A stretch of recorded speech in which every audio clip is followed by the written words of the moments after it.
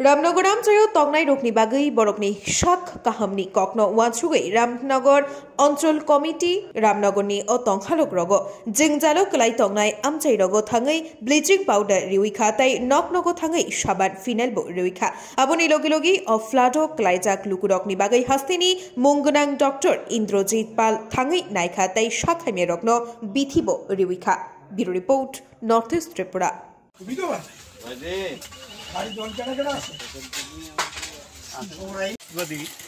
সদর বিভাগীয় কমিটি পশ্চিম জেলা কমিটি সাহায্য করেছে। তারা যৌথভাবে এই এলাকার মানুষের জন্য সামান্য কিছু রিলিফ বলতে অন্য কিছু না, সাবান, তার ফিনাইল এবং ব্লিচিং পাউডার ছড়িয়ে দেওয়া। কারণ বন্যা তো হয়ে গেছে, কারণ বন্যার পরবর্তী মানুষ নানা রোগে আক্রান্ত হচ্ছে। এটা হাত থেকে মানুষকে রক্ষা করতে হবে, এটা মাথায় রেখেই এই সিদ্ধান্ত নিয়ে বাড়ি বাড়ি তারা দিয়েছেন।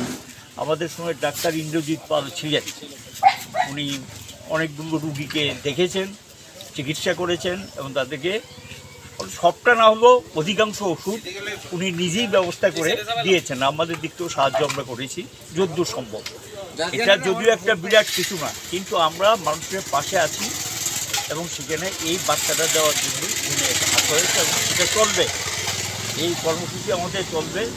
এবার ফ্লাডের সময় ছিল আমাদের কর্মীরা বাড়িঘরের মানুষের সঙ্গে সম্পর্ক রেখেছে, কিন্তু ফ্লাডে যে ড্যামেজড হয়েছে এর থেকে বিরাট আমরা ইতিমধ্যে রাজ্য সরকারের কাছে আমরা অনুরোধ করেছি। এখন তো রাজনীতি করার সময় না, আমরা এই নিয়ে রাজনীতি করতে চাই না, কিন্তু আমাদের বক্তব্যগুলো মানুষের যে দাবিগুলো কালকে মুখ্যমন্ত্রীর যে মিটিংটা ছিল মিটিং আমরা তুলে ধরেছি যে প্রয়োজনীয় ত্রাণ সামগ্রী পৌঁছাতে হবে এবং স্বাস্থ্য পরিষেবাকে আরও উন্নত করতে হবে এবং যাতে বন্যার পরবর্তী পরিস্থিতিতে মানুষ নানা রোগে আক্রান্ত না হয়, এগুলি প্রিভেন্টিভ মেজার্স, আগাম ব্যবস্থা যেটা সেটা নিতে হবে এবং যারা চিকিৎসকের দল টিম তৈরি করে পাঠাতে হবে।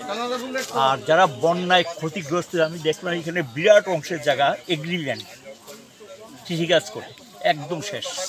এখন ইমিডিয়েটলি যদি তাদেরকে রোপণ করার মতো চারা না দেওয়া হয় বা বীজ না দেওয়া হয়, তারা কিন্তু এই ফসলটা করতে পারবে না। এটা হলো তাদের মেইন ফসল, এটার উপর তাদের জীবিকা নির্ভর করে।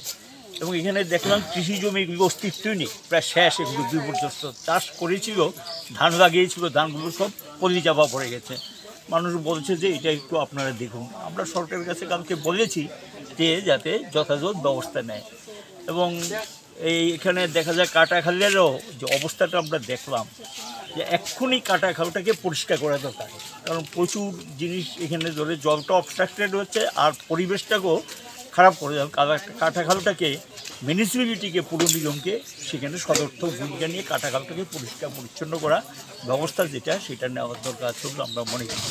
এবং মানুষের পাশে, কারণ এখন মানুষের সবটি পরিবার বলছে কাজ নেই, এবং ইমিডিয়েটলি যাতে এখানে টুয়েবে কাজ দিক বা যেই কাজই হোক তার ঘর সে পরিষ্কার করবে। আমরা কালকেও বলেছি মুখ্যমন্ত্রীকে যে 1 মাসে ম্যান্ডেজের টাকা তাদেরকে দেওয়া হয়, সে তার বাড়িটা পরিষ্কার করবে, পরিচ্ছন্ন করবে, 1 মাসের টাকা যাতে তাদেরকে দেওয়া হয়। অথবা গরিব পরিবারগুলো যাতে খেয়ে বেঁচে একটু হতে হবে, একটা স্টেবল কন্ডিশন, একটা ভালো অবস্থায় না আসা পর্যন্ত যাতে সাহায্যটা করে, এটুকু আমরা করছি।